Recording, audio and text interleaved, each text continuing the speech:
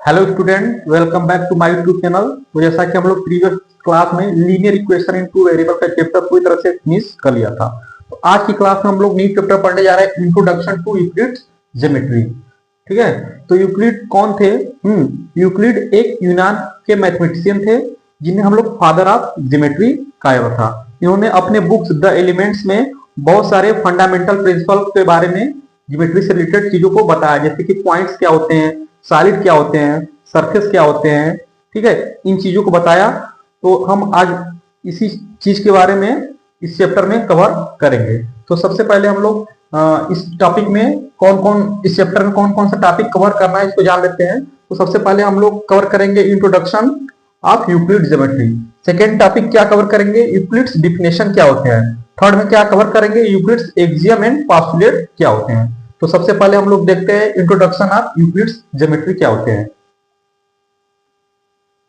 तो introduction of Euclid's geometry में कुछ इंपॉर्टेंट टर्म है जिसके बारे में हम लोग जानेंगे। तो सबसे पहले सॉलिड। सॉलिड क्या होता है? सॉलिड एक थ्री डायमेंशनल फिगर होता है। ठीक है, ये थ्री डायमेंशनल का मतलब क्या होता है कि ऐसा ऑब्जेक्ट जो जिसमें लेंथ हो, हाइट हो और ब्रेड्थ हो, इसमें तीनों हो, तो उससे हम लोग क्या बोलते हैं? सॉलिड बोलते हैं। यानी इसमें क्या होता है?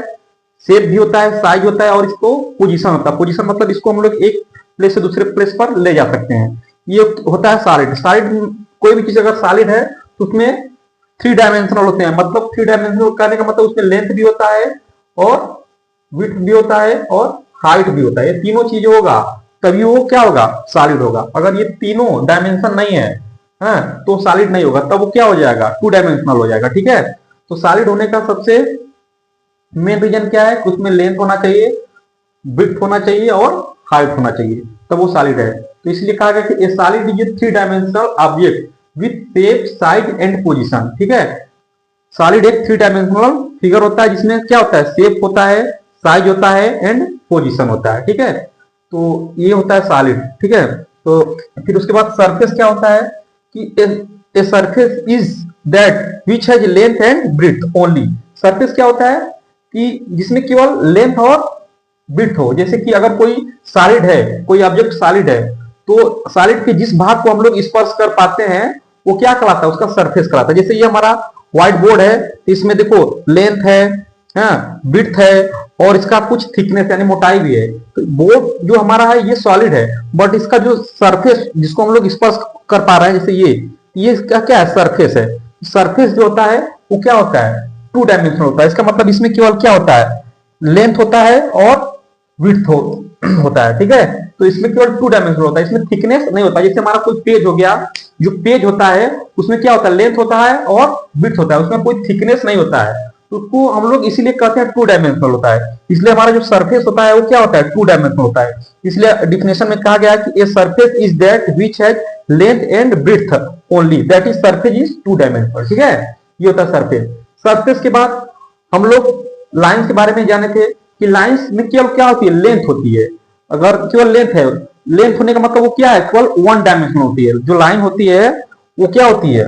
उसमें केवल लेंथ होती है, इसलिए वन डायमेंशन होता है। फिर लाइन के बाद क्या आता है? हमारा पॉइंट। पॉइंट में ना तो लेंथ होती है, ना तो हाइट होती है, ना तो थिकनेस यानी ना मोटाई होती है। मोटाई का मतलब क्या होता है? इसको बोलते हैं हाइट, ऊंचाई बोलते हैं। तो पॉइंट क्या होता है? जिसमें नो डायमेंशन होता है, उसमें कोई भी डायमेंशन नहीं होता है।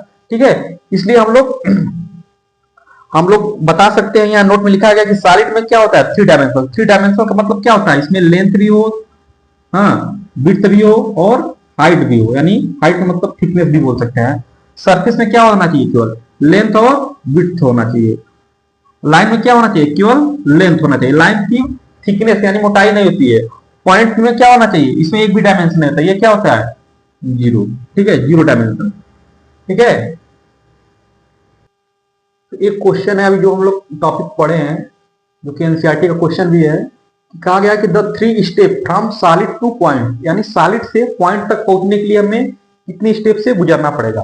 तो अभी हम लोग पढ़े हैं कि जो सॉलिड होता है वो क्या होता है? थ्री डायमेंशन होता है, यानी उसमें लेंथ भी होती है, विड्थ भी होती है और थिकनेस भी होती है। ठीक है, तो हम लोग और सरफेस के बारे में हम लोग क्या पढ़े हैं? जो सरफेस होता है, जो सरफेस होता है, सरफेस इसमें क्या क्या होता है? लेंथ और विड्थ होता है।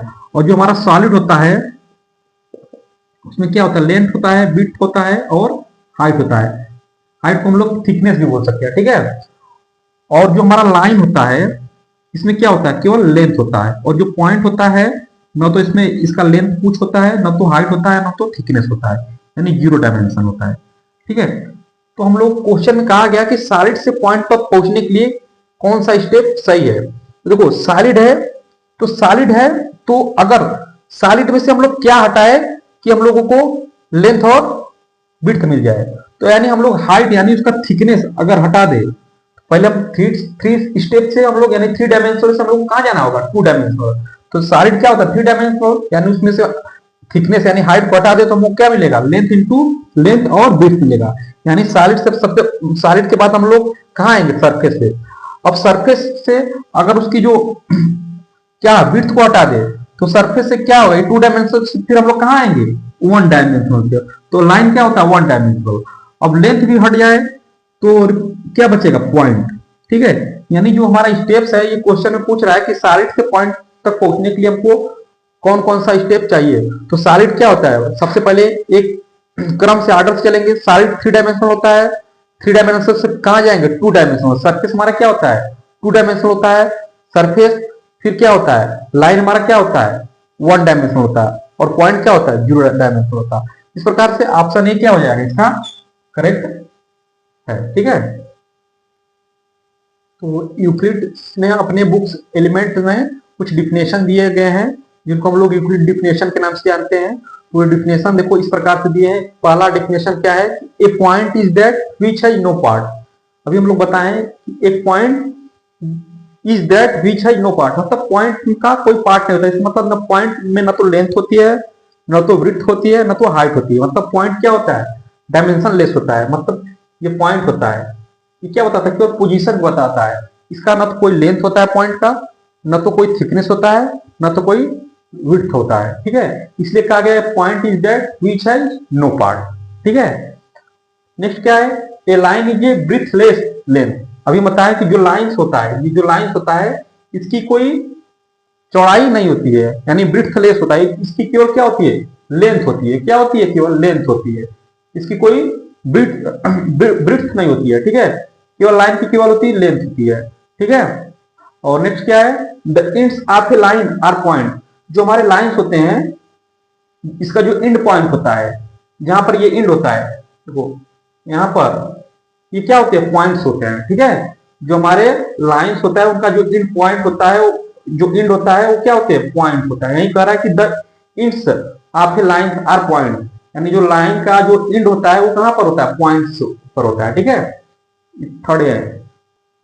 फोर्थ क्या है कि a straight line is A line which lies evenly with points on itself. ये कह रहा है कि जो स्ट्रेट लाइन होती है उस पर जो हमारे पॉइंट्स क्या होती है मौजूद, वो भी क्या होती है, एक सीधी डायरेक्शन में होती है। मतलब जो हमारा ये लाइन होता है इसके जो मौजूद पॉइंट्स हैं वो भी क्या होती है, सीधी डायरेक्शन में होती है, ठीक है। इसे कहने का सेंस ये है, ठीक है। और फाइव वाला क्या कर रहा है, a surface is that which has length and breath only. अभी हम लोग जाने कि सरफेस क्या होता है। सरफेस अगर किसी सॉलिड में कोई सॉलिड ऑब्जेक्ट है उसमें से उसका थिकनेस हटा दे तो क्या बन जाता है, सरफेस बन जाता है, ठीक है। जैसे ये हमारा बोर्ड है, ये सॉलिड है क्योंकि इसमें लेंथ है, विड्थ है और थिकनेस है। तो थिकनेस को अगर हम हटा दे तो उसमें क्या बचेगा, केवल लेंथ और विड्थ। वही कह रहा है कि a surface is that which has length and breath only. सरफेस में केवल क्या होता है, लेंथ और ब्रीथ होता है, उसमें थिकनेस नहीं होता है, ठीक है। तो हम 6 देखते हैं। तो 6 क्या है कि the edge of a surface are line. जो हमारा एज होता है सरफेस का, जिससे पेज होता है, हमारा पेज क्या है, सरफेस है, उसमें थिकनेस नहीं है, तो उसका जो बाउंड्री होता है, जो उसका बाउंड्री होता है, ठीक है, जो उसका बाउंड्री होता है वो क्या होता है, लाइन होता है। जैसे ये हमारा है, ये अगर कोई ये हमारा सरफेस है, ठीक है, सरफेस का जो हमारा एज होता है मतलब उसका जो बाउंड्री होता है वो क्या होता है, ये लाइन होते हैं। क्या होते हैं, लाइन, ठीक है। ये यही कह रहा है कि the edge of a surface are line, ठीक है। तो जो एज होता है वो सरफेस का वो क्या होता है, लाइन। और सेवंथ क्या है कि a plane surface is a surface which lies evenly with straight line on itself. इसका कहने का सेंस है कि जो हमारा प्लेन्स होते हैं वो किससे मिलकर बने होते हैं, लाइन से ही मिलकर बने होते हैं जो उस पे मौजूद होते हैं। जैसे ये हमारा प्लेन है, इसमें बहुत सारे लाइन होंगे ऐसे, ठीक है। तो ये भी किससे मिलकर बने होते हैं, लाइन से, ये ठीक है। तो जो हमारे प्लेन्स होते हैं उसमें बहुत सारे लाइंस होते हैं जो उसी से उस पर मौजूद होते हैं प्लेन्स में, जो उससे मिलकर वे बने होते हैं। इस प्रकार से ये हमारे यूक्लिडियन डिफिनेशन में कुछ टर्म बताए गए हैं। और हम लोग पढ़ेंगे कि यूक्लिड्स एक्सियम क्या होते हैं और यूक्लिड्स पोस्टुलेट क्या होते हैं, ठीक है। हम लोग थर्ड टॉपिक पढ़ने जा रहे हैं कि यूक्लिड्स एक्सियम क्या होते हैं और पोस्टुलेट क्या होते हैं। तो पहले जानेंगे कि एक्सियम क्या होता है, ठीक है। जैसा कि हम लोग जाने थे कि जो यूक्लिड थे उन्होंने अपनी बुक द एलिमेंट में जो पहले के गणितज्ञ थे वो स्टेटमेंट जो दिए थे उसमें से जो स्टेटमेंट 2 था उसको हम लोग 2 पार्ट में डिवाइड किए थे। एक को एक्सियम बताए थे, एक को पोस्टुलेट बताए थे। तो एक्सियम और पोस्टुलेट क्या होते हैं, वो स्टेटमेंट होते हैं जो क्या होता है पहले से उसको हम लोग ट्रू मान लेते हैं, ये स्टेटमेंट क्या है, ट्रू होते हैं। तो वही क्या होते हैं एक्सियम और पोस्टुलेट। एक्सियम जो होता है वो मैथ के किसी भी ब्रांच में यूज किया जा सकता है, चाहे वो ज्योमेट्री हो चाहे अलजेब्रा हो, वो किसी भी ब्रांच में एक्सियम का यूज किया जाता है। बट जो पोस्टुलेट होता है वो स्पेशली ज्योमेट्री के अंदर यूज किया जाता है पोस्टुलेट को, जो ठीक है। तो सबसे पहले हम लोग यहाँ पढ़ेंगे एक्सियम। तो एक्सियम क्या होता है, axiom are the assumption used throughout mathematics and not specially linked to geometry. तो वही बताएं कि जो एक्सियम होता है वो हमारे पूरे मैथमेटिक्स में अप्लाई होता है, ये नहीं कि वो केवल ज्योमेट्री में यूज होता है, ठीक है। तो इस प्रकार से एक्सियम होता है और इसी एक्सियम के अंदर हम लोग पढ़ेंगे कि क्या होता है यूक्लिड्स एक्सियम क्या होते हैं, ठीक है। तो अब हम लोग देखते हैं यूक्लिड एक्सियम क्या होते हैं।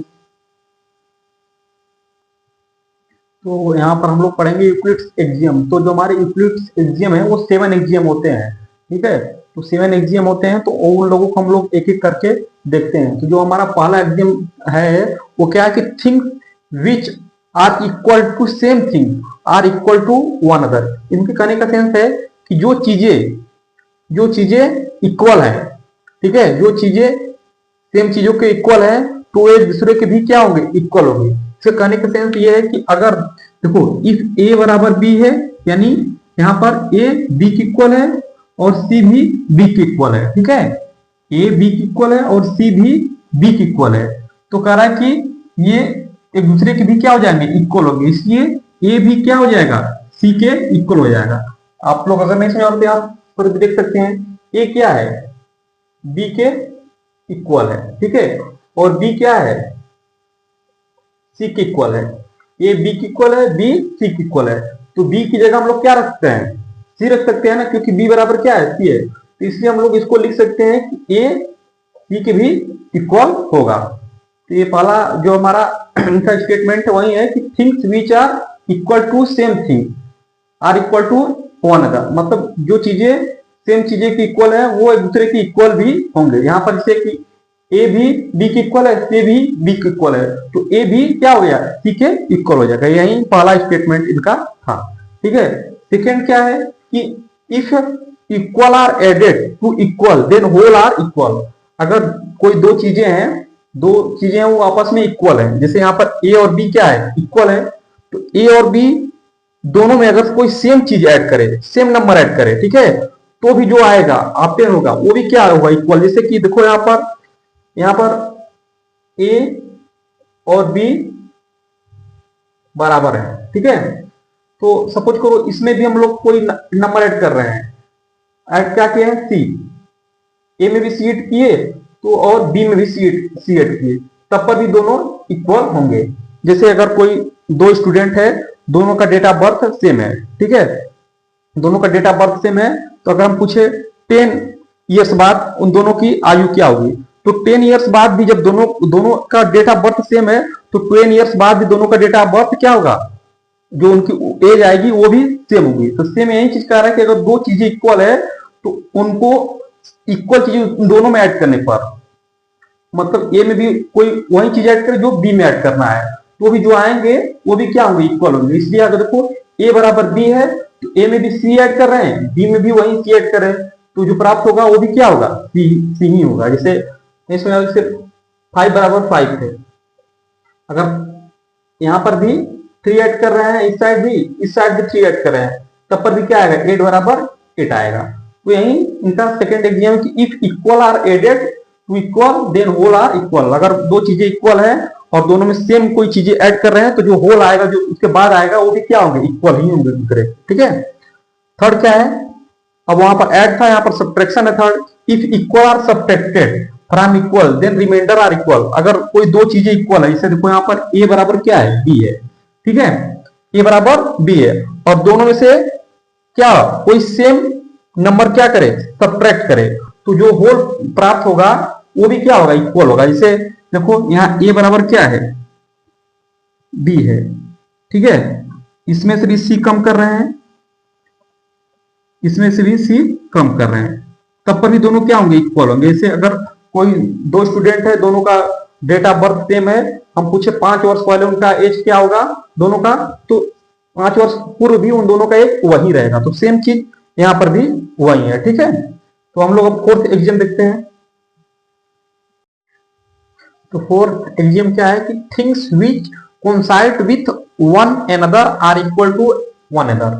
मतलब जो चीजें एक दूसरे को कोइंसाइड कर जाती हैं तो वो चीजें क्या होती है, एक दूसरे के इक्वल होती हैं। जैसे कहा गया कि if two figure are perfectly overlap they are equal, यानी दो चीजें एक दूसरे को परफेक्टली ओवरलैप करती है। जैसे हमारा ये हाथ का पंजा है, अगर इस पर हम लोग क्या करें, इसको ओवरलैप करें, तो ये चीजें देखो दूसरे को क्या कर लेती है, ओवरलैप कर लेती है। तो ये दोनों चीजें क्या होंगी, इक्वल होंगी, यानी जो हमारा हाथ के दोनों पंजे क्या है, इक्वल है। तो वही कह रहा है कि if two figures are perfectly overlap they are equal. दो चीजें अगर एक दूसरे को परफेक्टली ओवरलैप कर लेती है, यानी एक दूसरे को क्या कर लेती है, ढक लेती है, तो क्या कहलाती है, इक्वल कहलाती है। ठीक है, यही था हमारा फोर्थ एग्जाम। फिफ्थ क्या करा है, the whole is greater than the part. मतलब कोई भी ऑब्जेक्ट हो तो जो होल होता है वो उसके पार्ट से तो अधिक ही होता है। जैसे अगर कोई चीज है, सपोज करो कोई मिठाई ही हो गया, मान लो गुलाब जामुन ही है, तो ये क्या है, एक होल चीज है, कंप्लीट चीज है, एक गुलाब जामुन है, और इसमें से क्या करें, इसका कुछ पार्ट कट कर दे, यानी किसी को दे दो, तो ये जो इतना सा जो पार्ट है, ये पार्ट है इसका, तो ये हमेशा होल क्या होगा, पार्ट तो ग्रेटर ही होगा ना। वही चीज कह रहा है कि the whole is greater than the part, यानी अगर कोई if B is part of A, यानी बी ए का पार्ट है, तो पार्ट है तो हमेशा ए से हमेशा, यानी होल से हमेशा छोटा ही होगा, इसलिए ए क्या होगा, हमेशा बी से ग्रेटर देन, क्योंकि बी क्या है, ए का पार्ट है, इसलिए ए ग्रेटर देन बी। ठीक है, और फिर क्या है कि things which are double of same things are equal to another. करने का सेंस ये, अगर दो चीजें इक्वल है, दो ऑब्जेक्ट है जो, या कोई दो नंबर है, हाँ, वो एक दूसरे के इक्वल है, तो अगर उनका डबल कर दे दोनों का, ठीक है, इसका भी डबल करे, इसका भी डबल करे, तो वो आपस में जो प्राप्त, उसके बाद जो प्राप्त होगा वो भी क्या होगा, इक्वल होगा। जैसे कि यहाँ पर दिया गया है कि ए अगर बी के बराबर है, ठीक है, ए अगर बी के बराबर है, तो अब इन दोनों को फिर दुगना कर रहे हैं, क्या कर रहे हैं, टू गुना, मल्टीप्लाई टू से इसमें भी कर रहे हैं, इसमें भी कर रहे हैं, तो जो आप प्राप्त होगा, ऑब्टेन होगा, वो भी क्या होगा, एक दूसरे के बराबर ही होंगे। ठीक है, यानी 2a बराबर 2b। ठीक है, यही चीज क्या है, सिक्स्थ एग्जियम है कि अगर कोई चीजें आपस में इक्वल है तो उनका डबल करने पर वो भी जो प्राप्त होगा वो भी क्या होंगे, इक्वल होंगे। ठीक है, अब नेक्स्ट देखते हैं, लास्ट एग्जाम सातवां क्या है कि things which are halves of the same things are equal to one another. मतलब जो चीजें क्या है, एक ही चीज का क्या हो रही है, हाफ हो रही है, तो जो प्राप्त होगा वो भी क्या होगा, इक्वल होगा।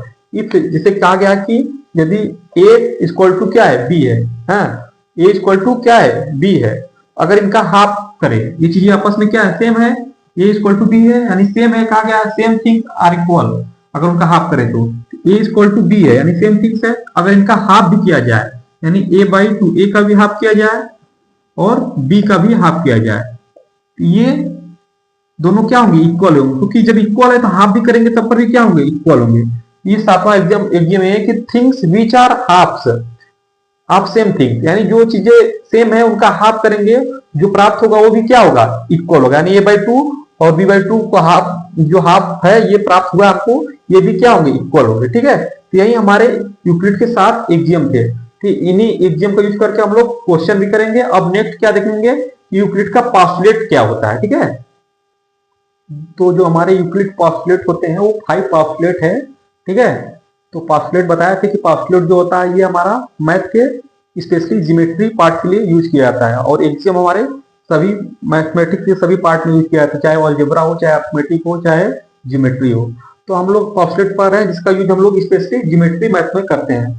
तो जिसमें 5 पास्टुलेट दिए थे यूक्लिड ने। तो पहला पास्टुलेट क्या है कि a straight line may be draw from any one point to any other point. कहने का सेंस ये है कि अगर कोई दो पॉइंट हो, कोई दो पॉइंट हो, तो उनसे हम लोग एक लाइन क्या कर सकते हैं, ड्रा कर सकते हैं। पहला पास्टुलेट यही है। इसका कहने का सेंस ये है कि a straight line may be draw from any one point to any other point. Any one point to any other point का मतलब क्या हुआ, एक पॉइंट यहाँ पर है, एक पॉइंट यहाँ पर है, इससे हम लोग एक लाइन ड्रा कर सकते हैं। यही यूक्लिड पास्टुलेट का फर्स्ट पास्टुलेट है, ठीक है। और सेकेंड क्या बोला गया है कि ए टर्मिनेटेड लाइन और line segment can be produce infinitely, ठीक है। अगर कोई लाइन सेगमेंट है, ठीक है, टर्मिनेटेड लाइन या लाइन सेगमेंट, टर्मिनेटेड लाइन मतलब जिसकी लेंथ क्या हो, फिक्स हो, उसको क्या बोलते हैं, टर्मिनेटेड लाइन या लाइन सेगमेंट। तो वही कह रहा है कि टर्मिनेटेड लाइन और लाइन सेगमेंट, लाइन सेगमेंट मतलब कोई एक लाइन सेगमेंट है, ठीक है, कह रहा है कि कैन बी प्रोड्यूस इनफाइनाइटली, इसको हम लोग इनफाइनाइटली प्रोड्यूस कर सकते हैं। मतलब कहने का सेंस ये है, इसको हम लोग इनफाइनाइटली आगे तक बढ़ा सकते हैं, लेफ्ट में भी राइट में भी, इनफाइनाइट तक हम लोग इसको क्या कर सकते हैं, बढ़ा सकते हैं, प्रोड्यूस कर सकते हैं। यही हमारा सेकेंड पास्टुलेट है कि ए टर्मिनेटेड लाइन और line segment can be produce infinitely. हम लोग ये लाइन सेगमेंट था एक, इसको हम लोग लेफ्ट और राइट दोनों में इनफाइनाइटली क्या किए, प्रोड्यूस कर दिए। यही हमारा सेकेंड पास्टुलेट। अब थर्ड पास्टुलेट देखेंगे। तो देखो थर्ड पास्टुलेट क्या है कि a circle can be draw with any centre and radius.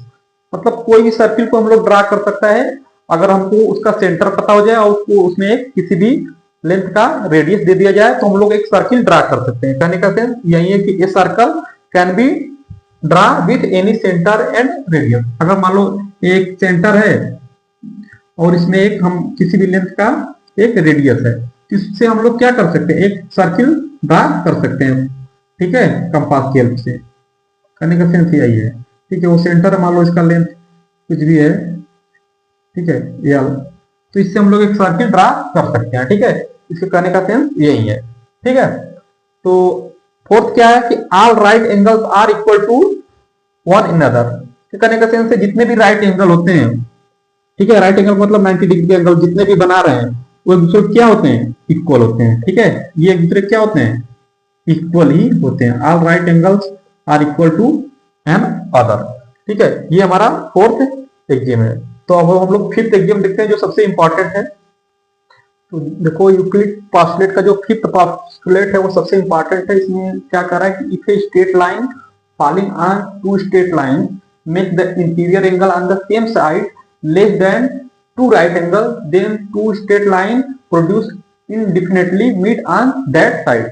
कहने का सेंस ये है कि अगर कोई दो लाइंस हो, ठीक है, अगर कोई दो लाइंस हो, उसको कोई थर्ड लाइन यानी तीसरी लाइन क्या करती है, कट करती है, मतलब काटती है, तो उस लाइन के जो इंटीरियर एंगल बनेगा उस लाइन द्वारा सेम साइड में, ठीक है, जिस साइड का एंगल सम यानी इंटीरियर एंगल का सम अगर 180 से लेस होगा तो वो लाइन को आगे बढ़ाने पर उसी साइड में कट करेगी। जैसे कि अगर एक लाइन हम लोग देखते हैं, ठीक है, कोई दो लाइन हम लोग ले लेते हैं, एक लाइन ये ले लेते हैं और एक लाइन ये ले लेते हैं, ठीक है, और इनको कोई एक थर्ड लाइन यानी ट्रांसवर्सल लाइन कोई क्या करती है, कट करती है, ठीक है। कहीं बोल रहा है कि उसको कोई कि if a straight line falling on two straight line, यानी कोई टू स्ट्रेट लाइन है उसको एक स्ट्रेट लाइन क्या करती है, फॉलिंग का मतलब इसको क्या करती है, इंटरसेक्ट करती है। तो जो इंटीरियर एंगल होगा सेम साइड में, इंटीरियर एंगल कौन कौन है, एक ये इंटीरियर एंगल है, एक ये इंटीरियर एंगल है। तो जो इंटीरियर एंगल है सेम साइड में, जिस साइड का इंटीरियर एंगल का सम, ठीक है, इंटीरियर एंगल का सम अगर 180 से लेस होगा, वो लाइन को आगे बढ़ाने पर उसी साइड में ये दोनों लाइन क्या करेंगी, कट करेंगी।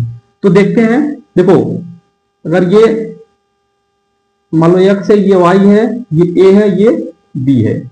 तो जो इंटीरियर एंगल आप देख रहे हैं x, angle x plus y, ये देखो 1, इसको जब ऐड करोगे तो ये 180 से क्या है, लेस आएगा। क्या आएगा, 180 से लेस आएगा। आपको क्वेश्चन में दिया रहेगा, आप लोग वहां से एनालिसिस कर सकते हैं। यहाँ वेरिएबल है, आप लोग को बस समझा रहे हैं। तो जो इंटीरियर सेम साइड के इंटीरियर एंगल x और y को ऐड करेंगे तो यहाँ पर 180 से लेस आ रहा है। इसका मतलब इसी साइड के लाइन को अगर हम लोग इसको आगे बढ़ाए, ठीक है, क्या करें, इसको इसी को आगे हम ऐसे बढ़ाते जाएं तो एक समय आएगा ये क्या करेगा, कहीं ना कहीं इसको लाइन को कट कर देगा।